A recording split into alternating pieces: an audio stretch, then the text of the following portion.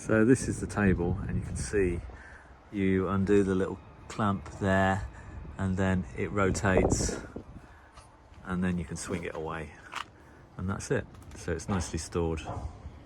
When you install it, that you put this bracket on to the leg so that you can check you've actually got this vertical and the table is going to be horizontal, because if you just if you don't screw it in exactly sort of plumb, it will make everything lean off slightly. So that's just something to do. Yeah, so it's really easy to fix. You just use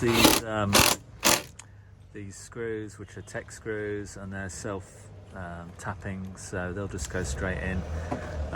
You don't have to worry what's behind. There is a fuel pipe behind, but there's quite a big cavity behind it, so you're not going to go into that, so you don't need to worry about that.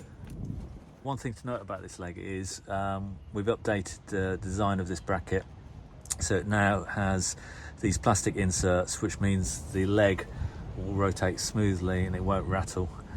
The unique feature of this table leg, swing out table leg, is the fact that it can rotate